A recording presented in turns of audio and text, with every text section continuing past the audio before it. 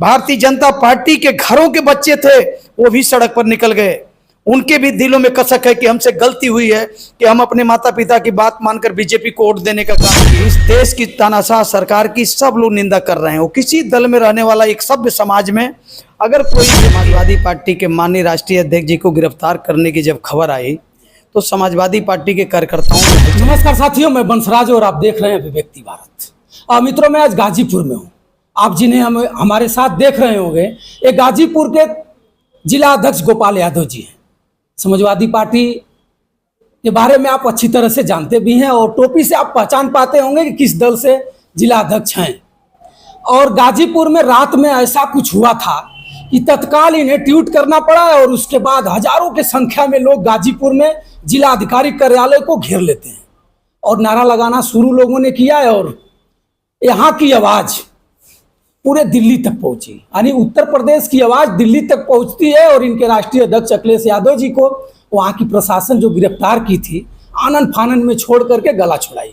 आइए हम गाजीपुर के जिला अध्यक्ष गोपाल यादव जी से बात करना चाहूँगा और आज के डेट में कुछ ऐसा भी कुछ यहाँ हुआ है उसके बारे में भी जानना चाहूँगा। आप देख रहे होंगे चारों तरफ लोग माला फूल से गुथे हुए हैं और नारा भी लग रहा है। किस लिए लग रहा है, क्या वजह है, क्या कुछ नया गाजीपुर में होने वाला है, जिला अध्यक्ष जी से मैं जानना चाहूँगा और बताएंगे भी। सादर प्रणाम।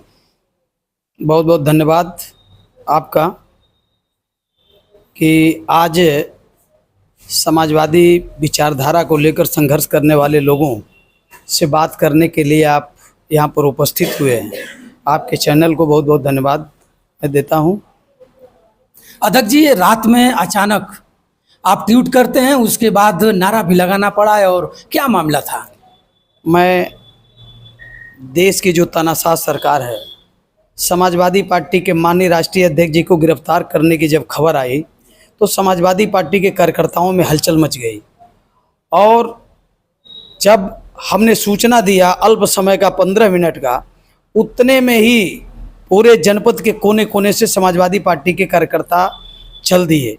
और समाजवादी पार्टी के माननीय राष्ट्रीय अध्यक्ष जी छात्र नौजवानों पर जो बर्बर लाठीचार्ज हुआ था, जनरल डायर ने गोली चलवाया था, उस तरह का लाठीचार्ज था कि जब बच्चे अपनी आवाज़ को उठाने के लिए नीट पेपर लीक के मामले को लेकर अपने भविष्य को संवारने के लिए जब वो जंतर मंतर पर प्रदर्शन कर रहे थे और वहाँ से कूच किए लोकसभा के लिए अपनी बातों को कहने के संदर्भ में, तो पुलिस ने जो बर्बरता दिखाई, जब बच्चे आगे चले गए तो पीछे से बैरिकेडिंग करके दोनों तरफ से आंसू गैस के गोले छोड़े गए, उनके ऊपर लाठियां मारी गईं और बर्बरता के साथ बहुत से बच्चों के पैर टूटे, हाथ टूटे, सर फटे, मरणासन में बहुत से बच्चे पड़ गए।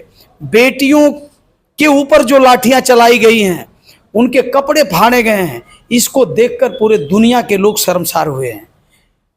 इस देश की तानाशाह सरकार की सब लोग निंदा कर रहे हैं। वो किसी दल में रहने वाला एक सभ्य समाज में अगर कोई व्यक्ति है, वो नौकरी करने वाला हो, खेती करने वाला हो, चाहे वो खुद ही प्रशासनिक व्यवस्था में शामिल हो, आज वो भी मर्माहत है कि हमारे बेटे बेटियां अपने हकूक के लिए वो लड़ाई लड़ रहे हैं। वो तो यही कह रहे हैं कि हम मर मिट की जो तैयारी कर रहे हैं, एग्जाम देने जाएं तो वहाँ की व्यवस्था आपकी पारदर्शी होनी चाहिए, नकल न हो, पेपर आउट न हो, हम परीक्षा देकर आवे तो हमारा अच्छा रिजल्ट आने का काम करे और हमारे कापियों का मूल्यांकन अच्छे ढंग से हो।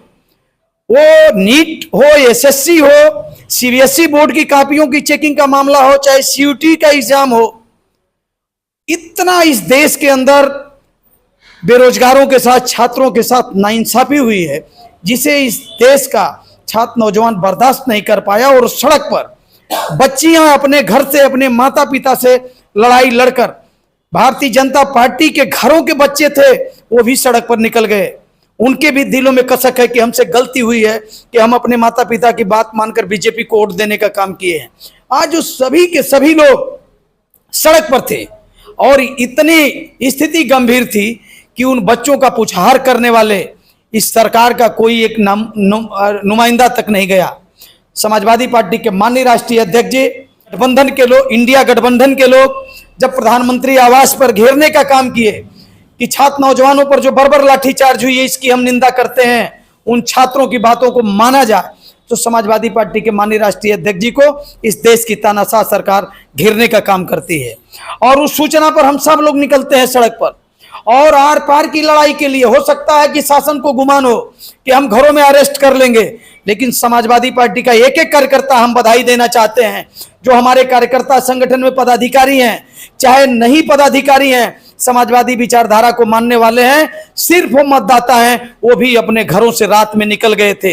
हमको बहुत से लोगों को सूचना देकर लौटाना पड़ा। बहुत से लोग पहुंच आए जिला मुख्यालय पर कार्यक्रम समाप्त होते होते, और बहुत से लोग जो नजदीक में थे 10-15 किलोमीटर में, वहां भागकर 20 किलोमीटर 30 किलोमीटर से भी लोग जो है हुराबाद से, जखनिया से, मोहम्मदाबाद से यहाँ पहुंचने का काम किए, जमानिया से पहुंचने का काम किए।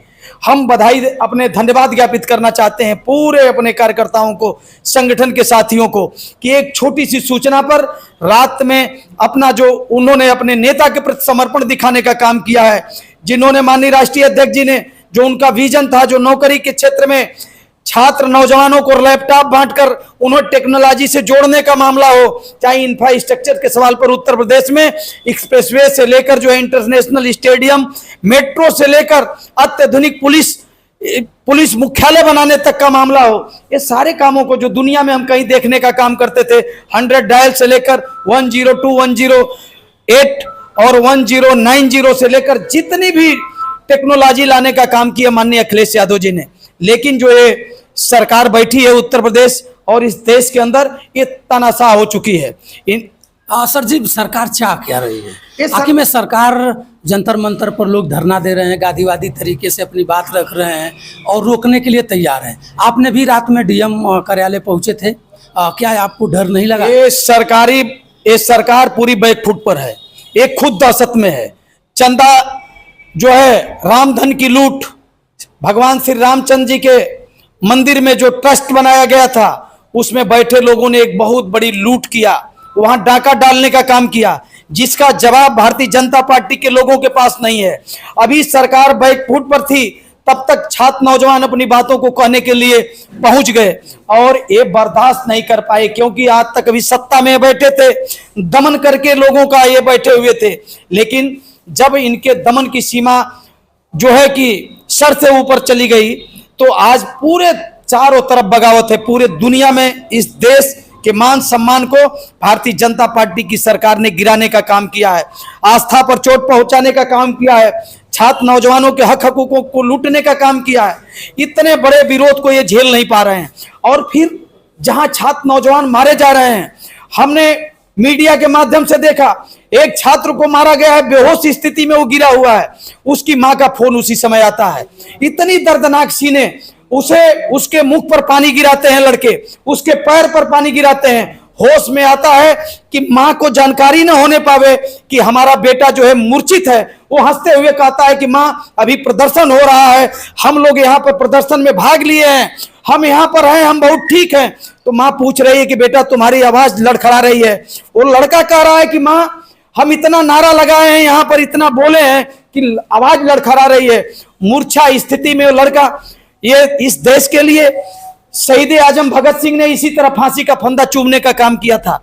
जब इस जुल्मी सरकार जब हमें रोज तिल तिल कर मारने का काम कर रही है, तो हम जनता की आवाज के लिए, छात्र नौजवानों के लिए, ये सरकार अगर वहां गोली भी चलवा दे तो समाजवादी पार्टी का सिपाही और हम लोग पीछे हटने वाले नहीं हैं। उस लड़ाई को अपने नेता के सम्मान के लिए, समाजवादी पार्टी के मिशन के लिए हम लड़ने का काम करेंगे और मजबूती से इसकी मुखालफत करेंगे, इसका विरोध करने का काम करेंगे। धन्यवाद जिलाध्यक्ष महोदय जी। मित्रों, आप सुने हैं पूरी बात, कमेंट करके जरूर एक बार बताइएगा।